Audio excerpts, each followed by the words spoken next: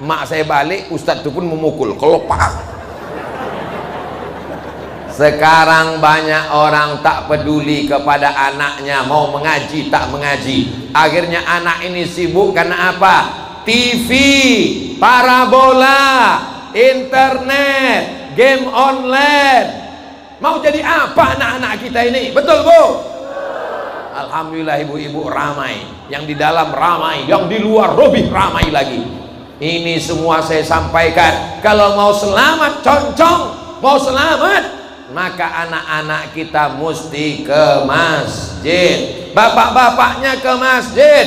Jangan sombong Pak, jangan angkuh. Hari ini kau kaya, hari ini duit kau banyak, tapi malaikat maut tak jauh, sudah sampai Tembilahan.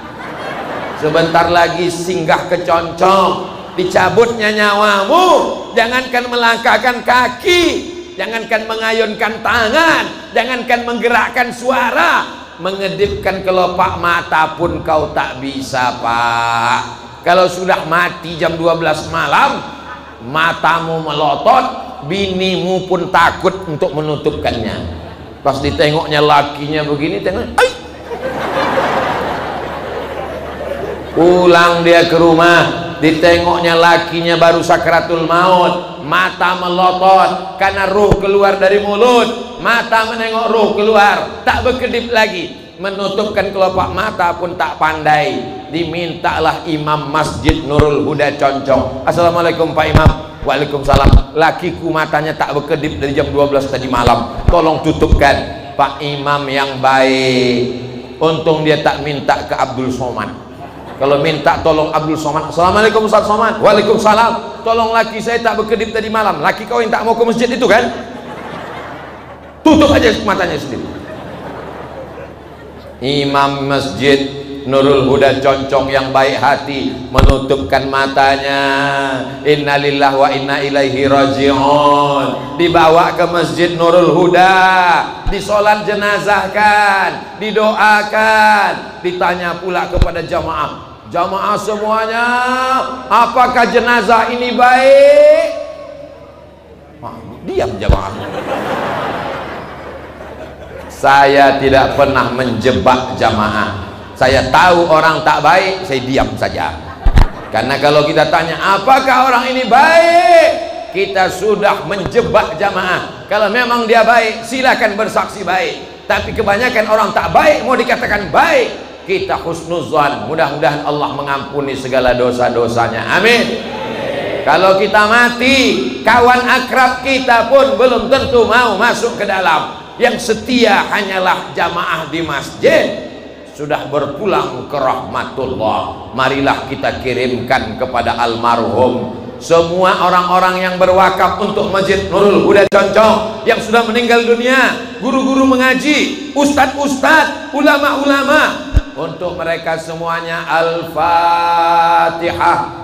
A'udzubillahi minasyaitonir rajim. Bismillahirrahmanirrahim. Alhamdulillahi rabbil alamin. Ar-Rahmanir Rahim. Maliki yaumiddin. Iyyaka na'budu wa iyyaka nasta'in. Ihdinas siratal mustaqim. Siratal ladzina an'amta 'alaihim ghairil maghdubi 'alaihim waladdallin.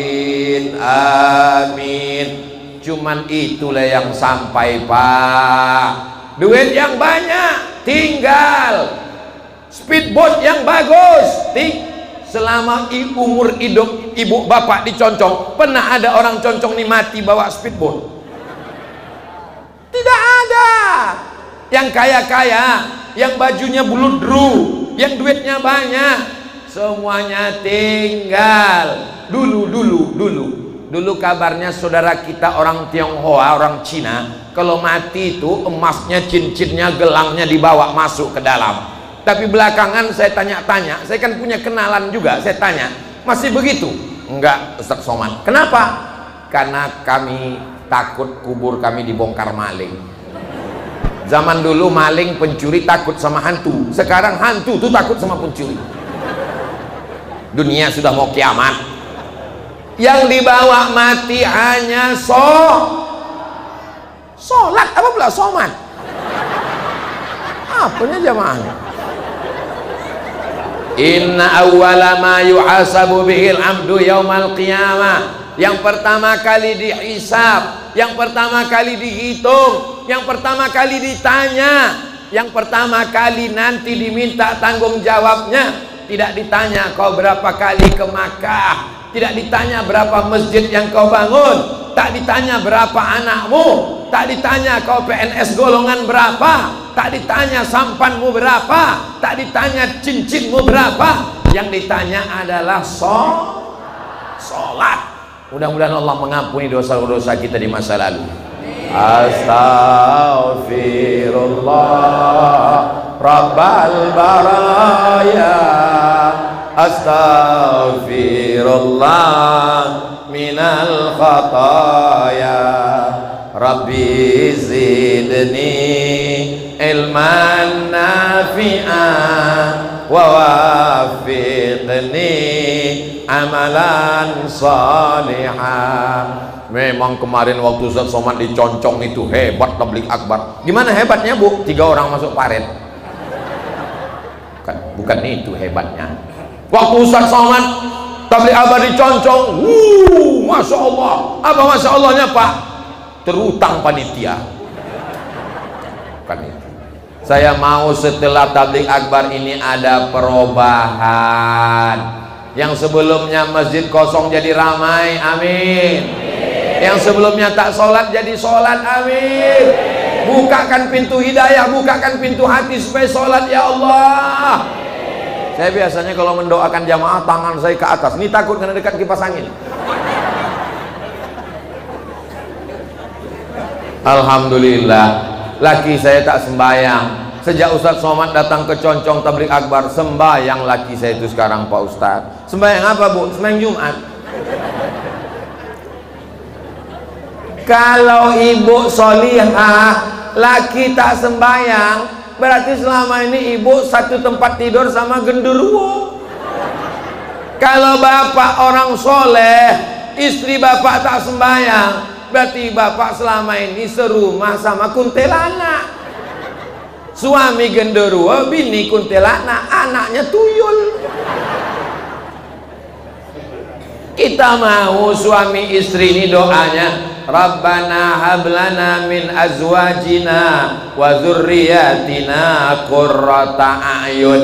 Jadikanlah istri, suami, pasangan hidup, anak-anak sejuk dipandang mata, amin.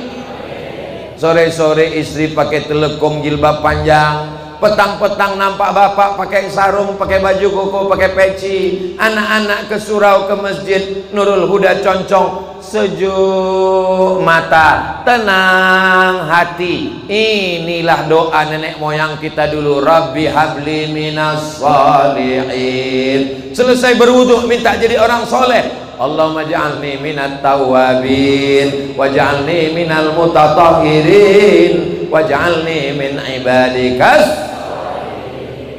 Jangan sampai mati tidak dapat husnul khatimah. Orang kalau tidak sholat, menyepelekan azan, meremehkan masjid, mati su'ul khatimah. Siapa yang tak menyambut seruan azan, kata Imam As-Suyuti, mati dalam keadaan su'ul khatimah.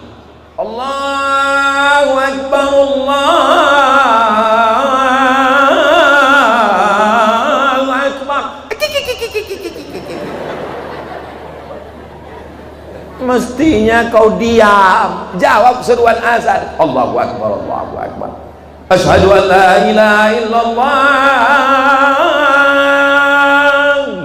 asyhadu an la ilaha illallah. Subuh, asyhadu an la ilaha illallah. Zuhur, asyhadu an la ilaha illallah. Asar, asyhadu an la ilaha illallah. Maghrib, asyhadu an la ilaha illallah. Isya, asyhadu an la ilaha illallah. Tahajud, asyhadu an la ilaha illallah. Supaya mati dalam la ilaha illallah. Ini mengejek-ejek. Hayya 'alas shalah, lepak balak 6.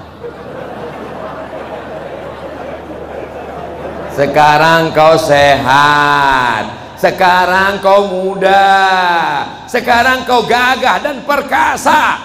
Tapi sampai masanya ada kau tua, sampai masanya kau sakit, kolesterol, diabetes, darah tinggi, kanker, macam-macam nama penyakit. Makin hebat rumah sakit, makin banyak dokter spesialis, makin banyak orang sakit tak terselamatkan. Kita siap menghadapi itu semua, insya Allah. Siap? Oh, siap semua orang. Jangan sampai nanti saat azan berkumandang dari masjid dekat rumah sakit, bapak sedang terbujur kaku di ruang ICU.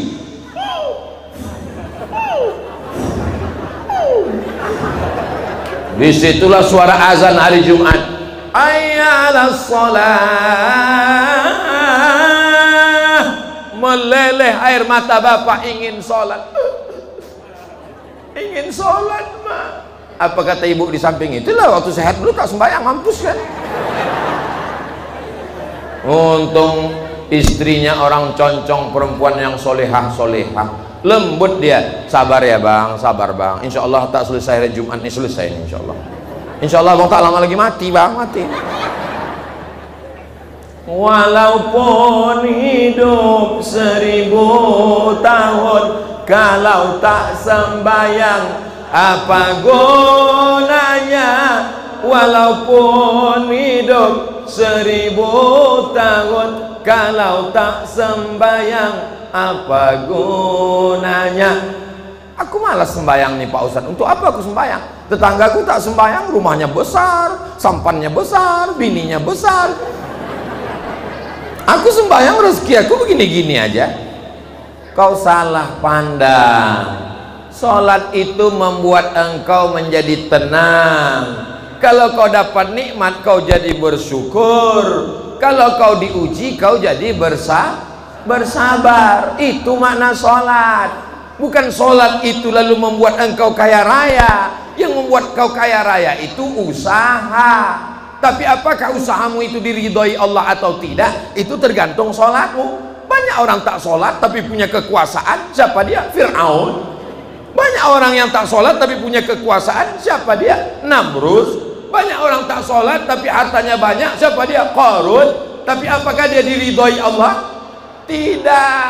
Kita ini mau kaya tapi diridhoi Allah. Kita ini mau penguasa tapi diridhoi Allah. Ilahi anta maksudi wa ridhaka matlubi. Engkau yang kami maksud, ridhamu yang kami cari ya Allah. Penyakit ini besar, ujian ini besar, masalah ini besar. Ada yang lebih besar. Allahu Akbar. Kalau kau dipuji orang, kau tidak gila pujian. Abdul Somad gambarnya besar, gambar Pak Camat tak ada, gambar Pak Dan Ramil tak ada, gambar Pak Babinsa tak ada. Abdul Somad yang gambarnya besar, disiapkan pentas pakai bunga-bunga, pakai karpet, dimuliakan. Kalau kau sholat, hati kau tak jadi besar, karena yang paling besar itu cuma Allah. Allahu Akbar kabira. Kalau kau dipuji-puji, kau tak gila pujian. Yang sama-sama kita hormati guru besar kita yang beratnya 50 kilo, Profesor Abdul Somad. Pujian semua milik Allah. Walhamdulillahi katsira. Kau tidak merasa dirimu suci bersih, yang suci hanya Allah. Wa subhanallahi bukratan wa asila. Kau tidak menghadap dengan bupati, kau tidak menghadap kepada gubernur, kau tidak menghadap presiden. Yang kau hadapi itu Allah. Wajjahtu wajhiya lilladzi fataras samawati wal arda hanifan musliman wa ma ana minal musyrikin. Serahkan semuanya pada Allah, tidak takut, tidak cemas, tidak ngeri, tidak galau, tidak gundah gulana. Inna sholati wa nusuki wa mahyaya wa mamati lillahi rabbil alamin la syarika lahu wa bidzalika umirtu wa ana minal. Itu kalau sholat itu direnungkan. Ini banyak orang sekarang tak sempat merenungkan makna iftitah itu, karena dia cepat betul. Iftitah sama Fatihah sama ayat satu nafas. Speedboat dengan 10 mesin. Allahu Akbar. Macam dapat gorengan panas. Makanya sholat itu pakai tumak nina. Allahu Akbar, Allahu Akbar kabira, walhamdulillahi katsira, wa subhanallahi bukratan wa asila. Apakah Nabi itu kalau sholat mulutnya bergerak? Kata Khabbab ibnul As, sahabat Nabi, ya Khabbab, ya Nabi kalau sholat mulutnya bergerak. Nabi kalau sholat mulutnya bergerak. Dari mana kau tahu? Bittirabi lihyati, ku tengok jenggotnya bergoyang. Nabi itu berjenggot. Ustaz kenapa tak berjenggot? Belum tumbuh.